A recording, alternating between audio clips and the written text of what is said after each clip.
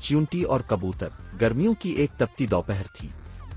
सूरज की किरणें दरिया के पानी पर चमक रही थीं और हर जानदार किसी न किसी साए की तलाश में था। एक नन्ही च्यूंटी जो सख्त प्यासी थी दरिया के किनारे पानी पीने आई। जैसे ही इसने पानी पीने के लिए अपना नन्हा सा सर झुकाया, अचानक इसका पांव फिसला और वो तेज बहाव में जा गिरी। पानी के तेज धारे ने इसे बहाकर दूर ले जाना शुरू कर दिया और वो बेबस होकर डूबने लगी। इत्तेफाक से एक सफेद कबूतर करीबी दरख्त की शाख पर बैठा सब कुछ देख रहा था। उसने महसूस किया कि नन्ही च्यूंटी परेशानी में है। बगैर वक्त ज़ाय किए उसने दरख्त से एक बड़ा पत्ता तोड़ा और इसे च्यूंटी के करीब पानी में गिरा दिया। च्यूंटी ने जल्दी से खुद को संभाला और पतली पर चढ़ गई। पानी के साथ बहते हुए वो किनारे तक पहुंच गई।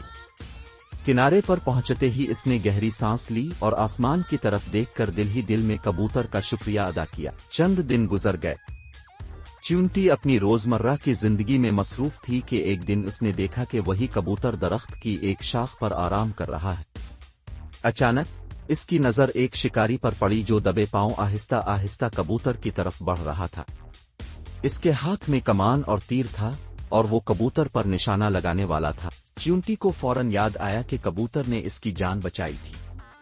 इसने मौका ज़ाय किए बगैर दौड़ लगा दी और तेजी से शिकारी के जूते पर चढ़ गई।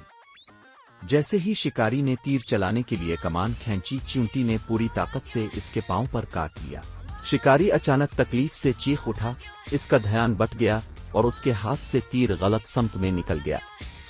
कबूतर फौरन खतरा महसूस करते ही तेजी से अपने परों को फड़फड़ा और हवा में बुलंद होकर शिकारी की पहुंच से दूर निकल गया। चंद लम्हों बाद कबूतर ने नीचे झांक कर देखा और च्यूंटी को जमीन पर अपनी नन्ही टांगों पर खड़े मुस्कुराते हुए पाया। वो सब कुछ समझ गया। आज उसकी नेकी लूट कर उसके पास आई थी। सबक: नेकी का बदला नेकी में मिलता है।